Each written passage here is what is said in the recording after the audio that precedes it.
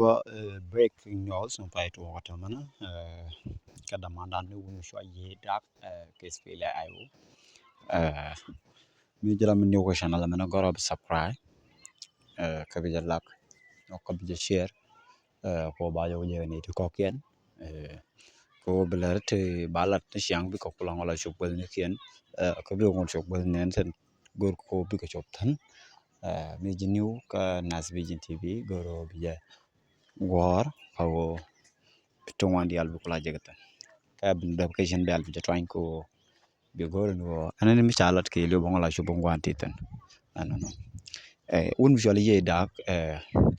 adela maraw da ka ni na security ka Sudan ka jan ara nayo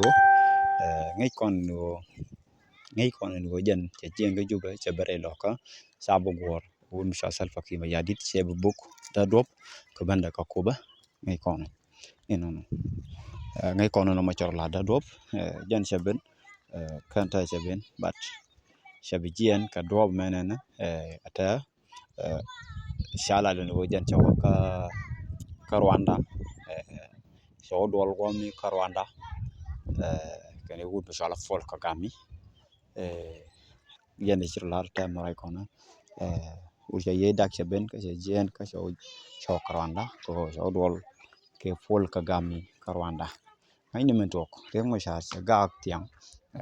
ket ke machane no shi mo sha cha wud bi ngai please mi jam tare South Sudan go bi care ke family du man tare South Sudan yete ko mal go la de torme balu njok kay pat ñun watot mo go ñodi tano man tok da ko la ye yete ma